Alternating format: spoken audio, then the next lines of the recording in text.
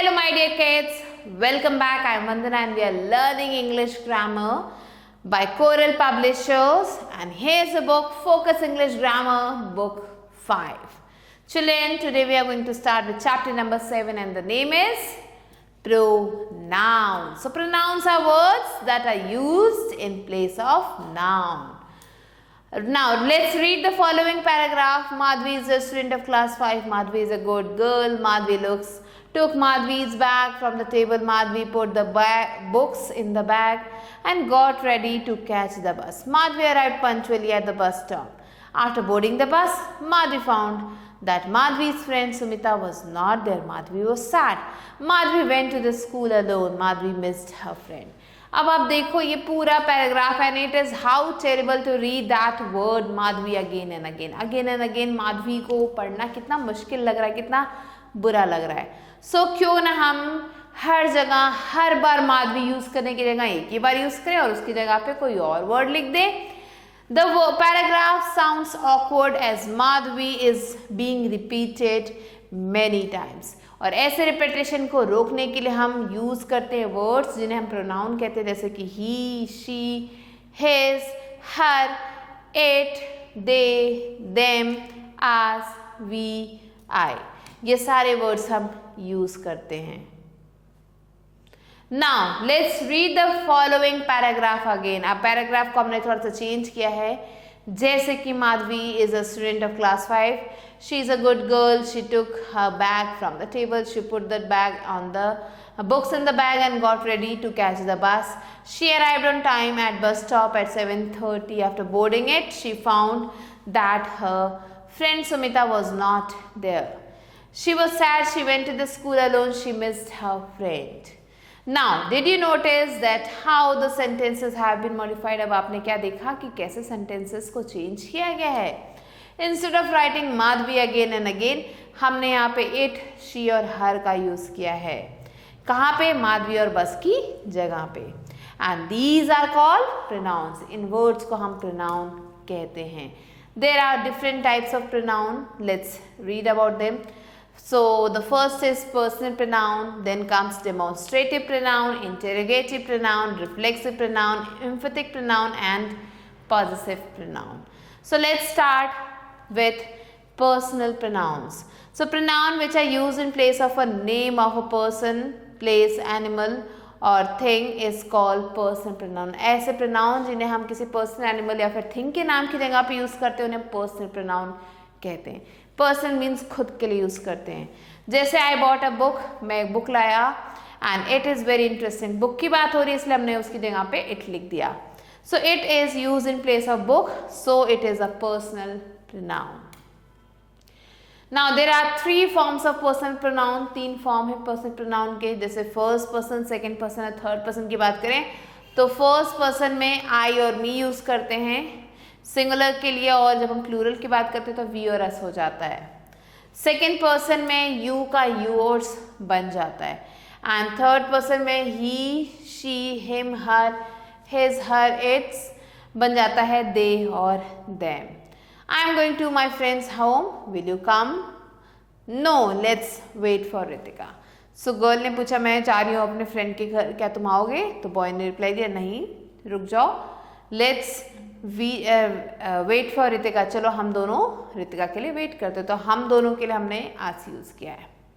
Now again Aarti says, when will she come? वो कब आएगी? Now Deepak says she will come at 5 o'clock. वो 5 बजे आएगी. So again हमने जो रितिका इनके फ्रेंड थी उसके लिए she यूज किया है. I is the first person speaking. I जो है पहला पर्सन है जो बोल रहा है. You जो है सेकेंड पर्सन है जो बात को सुन रहा है. And she is the person spoken about. और she जो है यहाँ पे थर्ड पर्सन है जिसकी बात हो रही है. So like nouns, pronoun can be singular and plural. Nouns की तरह pronoun भी singular और plural हो सकते हैं. He is doing his work. ये है singular में, और he is doing his work की जगह हो गया they are doing their work. ये हो गया plural noun. Now pronouns have gender. pronoun में gender भी होता है, जैसे he, she, it. ही जो है masculine के लिए, she feminine के लिए और it जो है neuter gender के लिए यूज किया जाता है. नॉन लिविंग थिंग या फिर एनिमल के लिए। आई और यू जो है कॉमन जेंडर है, दोनों मेल और फीमेल के लिए यूज किया जाता है। Next comes demonstrative pronoun. Demonstrative pronoun क्या है? ये वो वर्ड्स हैं जिन्हें यूज किया जाता है किसी भी चीज को पॉइंट आउट करने के लिए, किसी ऑब्जेक्ट को पॉइंट आउट करने के लिए, विच इज रेफर्ड टू, जिसकी बात हो रही है। For example you can see this is a book, ये एक बुक है, मीन्स मैं क्या कर रही हूँ, तरफ इशारा करके बता रही हूँ कि ये एक बुक है। It stands for book. These are boxes, ये बॉक्सेस हैं, फिर मैंने बॉक्सेस की तरफ इशारा करके कहा ये बॉक्सेस हैं। Next is that is a peacock, वो दूर जो वहां पे है वो एक पीकॉक है। एंड दोज आर चॉकलेट्स, वो जो वहां दूर रखे हैं वो चॉकलेट्स हैं। सो दिस और दैट तो हमने सिंगुलर के लिए यूज किया, एंड दीज और दोज हमने प्लूरल के लिए यूज किया। दिस, दीज, दैट, दोज, इन्हें हम प्रोनाउन कहते हैं। Since they point out an object, जब ये किसी ऑब्जेक्ट की तरफ इशारा करके बताते हैं, दैट दे रिफर टू, जिसके बारे में ये बताना चाहते हैं, इन्हें हम डेमोन्स्ट्रेटिव प्रोनाउन कहते हैं। Now children, as we have learn about demonstrative pronoun, अब हम पढ़ेंगे what is the difference between demonstrative pronoun and demonstrative adjective. दोनों ही दिस, दैट, दीज, दोज दोनों में ही यूज किए जाते हैं। तो कैसे पहचाने कि डेमोन्स्ट्रेटिव प्रोनाउन की बात हो रही है या फिर डेमोन्स्ट्रेटिव एडजेक्टिव की बात हो रही है। So these words are also used in demonstrative adjectives. Example है दिस पार्टी इज बोरिंग, यहाँ पर डेमोन्स्ट्रेटिव एडजेक्टिव को यूज किया गया है क्योंकि ये जो है क्वालिफाई कर रहा है नाउन पार्टी, मीन्स पार्टी को डिस्क्राइब कर रहा है। Next is this is the party which is boring, यही वो पार्टी है जो बोरिंग है। यहाँ पे डेमोन्स्ट्रेटिव प्रोनाउन की बात हो रही है क्योंकि ये जो है since it stands for noun party, क्योंकि ये पार्टी की बात कर रहा है। सिंपल सी चीज है चिल्ड्रन, आपको क्या ध्यान देना है कि दिस के साथ पार्टी लिखा हुआ है, पार्टी यहाँ पे नाउन है, तो नाउन के साथ हमेशा अगर दिस लगा हुआ है इसका मतलब ये एडजेक्टिव है, डेमोन्स्ट्रेटिव एडजेक्टिव। अब नाउन और जो ये वर्ड है दिस, इन दोनों में डिस्टेंस है, तो हमें पहचान जाना है कि ये डेमोन्स्ट्रेटिव प्रोनाउन है। So a demonstrative pronoun is usually placed before a verb. Demonstrative pronoun हमेशा verb से पहले लगाया जाता है, and a demonstrative adjective is placed before a noun. और जो demonstrative adjective है वो noun से पहले लगाया जाता है। Now, as we have learned the difference between the two, let's move on to interrogative pronoun. अब हम पढ़ेंगे about interrogative pronoun. So interrogative pronoun क्या करते हैं? इंटेरोगेटिव वर्ड हमने कई बार यूज किया, इसका मतलब ये क्वेश्चन पूछने का काम करते हैं। So these pronouns ask question. So all the question words that we use, these are the considered in interrogative pronoun.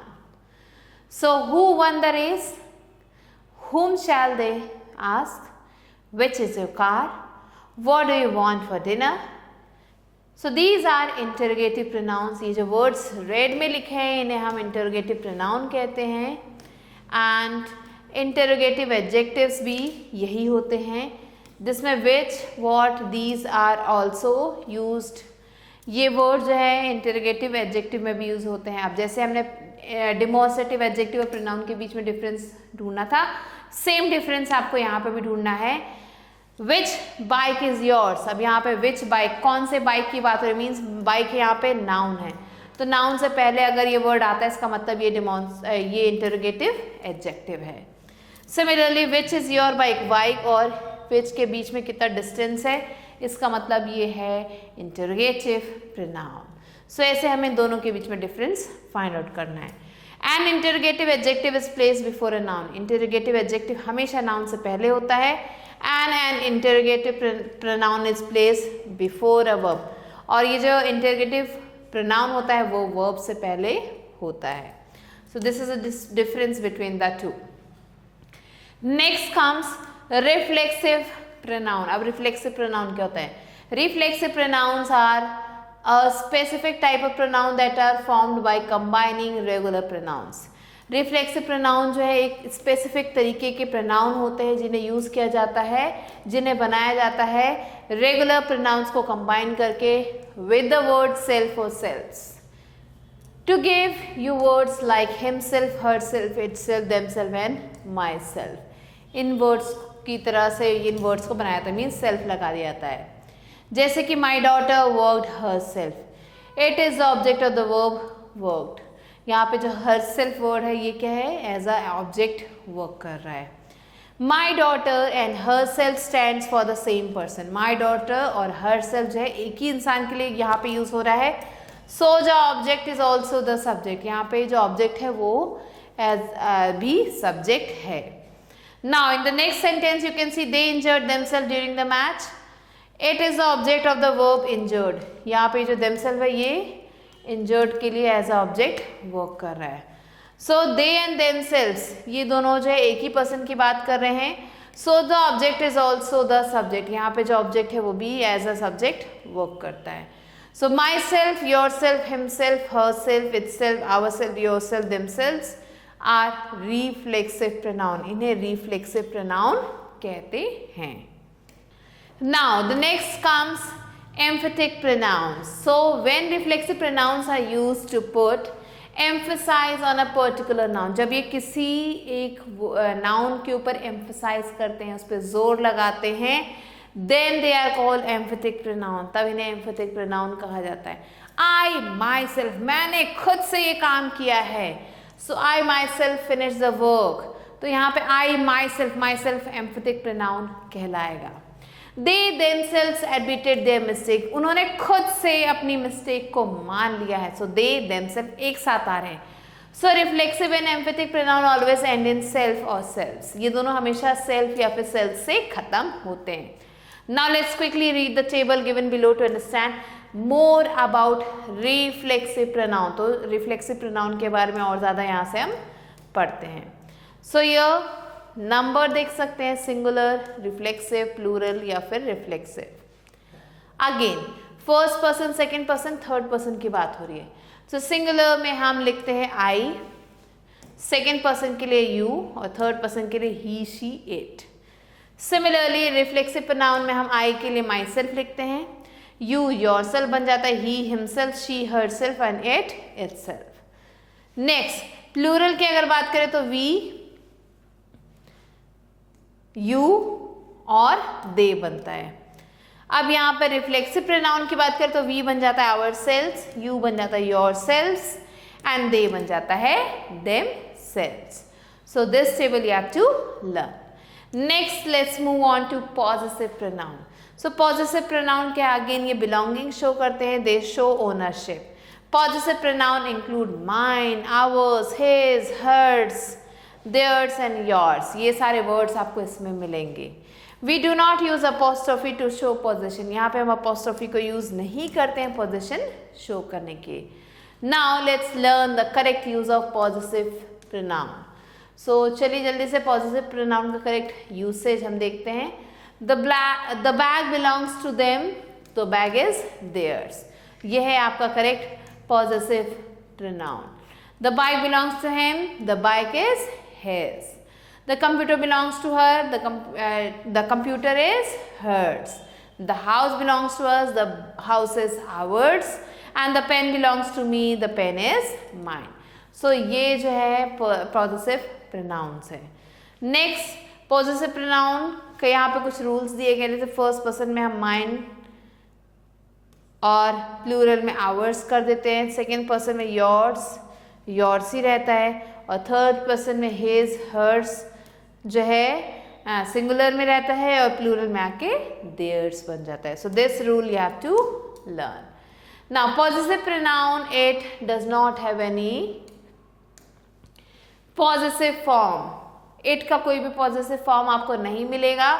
It is always use as a possessive adjective, its को हम हमेशा पॉजेसिव एडजेक्टिव यूज करते हैं।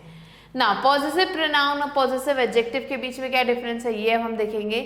माई, their, our, your, her and its are possessive adjective, ये कुछ possessive adjectives हैं। Example है this is my bicycle, ये मेरा बाइसिकल है। दीज आर योर बुक्स, ये तुम्हारी बुक्स हैं। In the sentences given above, my and your are use before noun, ये नाउन से पहले यूज किए गए हैं, ये रहा नाउन, इनके पहले यूज किए गए हैं। So bicycle and books are doing the job of adjective, ये दोनों जो है एडजेक्टिव का काम कर रहे हैं। Now the difference between possessive pronoun and positive adjective is a possessive adjective is always use with a noun. Possessive adjective को हमेशा नाउन के साथ यूज किया जाता है and it always qualifies that noun, ये हमेशा अपने नाउन को क्वालिफाई करता है। Here you can see some possessive pronouns and possessive adjectives, जैसे कि माइन जो पॉजेसिव प्रोनाउन है और माई है हमारा possessive adjective. Ours our, yours your, his hers her and theirs there. Now here you can see some examples. This is his jacket and the jacket is his. तो यहाँ पे आप देख सकते हो जैकेट से पहले his है तो ये पॉजेसिव एडजेक्टिव है, जैकेट से दूर है his तो ये पॉजेसिव प्रोनाउन है।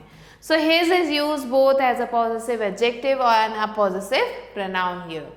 A pronoun must always agree in number. Pronoun हमेशा number में agree होना चाहिए and gender में agree होना चाहिए with the noun for which it stands, उस noun के साथ जिसके साथ वो खड़ा होता है। Example है a man was happy, example है Aman was happy because he stood first in his class. In this sentence he stands for Aman. यहाँ पे sentence में he जो है अमन के लिए लिखा गया है। Aman is singular and masculine gender. Now Riya and Sia were happy because they won the competition. यहाँ पे रिया और सिया क्या है, ये मिलके प्लूरल नाउन बनते हैं इसलिए उनके लिए दे यूज किया गया है।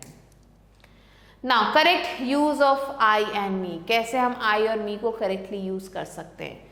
Now look at these two sentences, दो sentences आपके सामने, he is more intelligent than I and he is more intelligent than me। यहाँ पे दो sentences हैं, which one of these two sentences is correct? दोनों में से एक sentence गलत है, एक सही है। Let's write them as complete sentence। तो चलिए इसे पूरा complete करते हैं। He is more intelligent than I am and he is more intelligent than me am।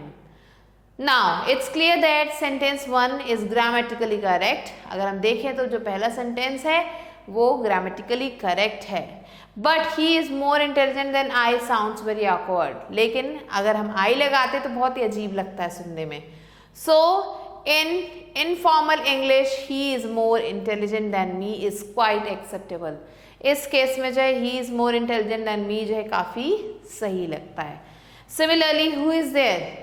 It is I, yeah it is me। So it is I is correct and it is me is wrong।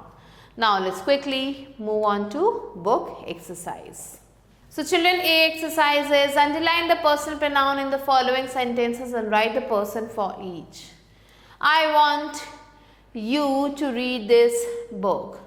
So यहाँ पे I and you, ये क्या है? Personal pronouns। And these two are used for, so children in the first sentence I and you are the personal pronouns। Now the second one, Garima is playing with her friends, so her is the personal pronoun that is used for Garima। So similarly children, you have to do the rest of the questions yourself। Now B exercise, fill in the blanks with appropriate pronouns। Nitya is reading her book। Riya and Anup are students, they are in grade 5। क्योंकि यहाँ दो बच्चों की बात हो रही है तो हम यहाँ पे they लिखेंगे। So do the rest yourself। Now C exercise, fill in the blanks with the correct reflexive or emphatic pronouns। They admitted their mistakes, they themselves। You must blame dash for the mistake, you must blame yourself। Clear children? Now D exercise, fill in the blanks with suitable possessive pronouns।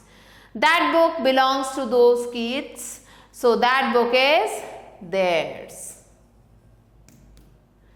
This scarf belongs to my aunt, this scarf is hers। So do the rest as your homework।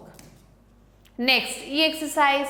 State whether the highlighted words are possessive pronouns or possessive adjective. आपको बताना है कि जो highlighted words हैं वो possessive pronoun है या फिर possessive adjective है. जैसे कि that car is not his, it is mine.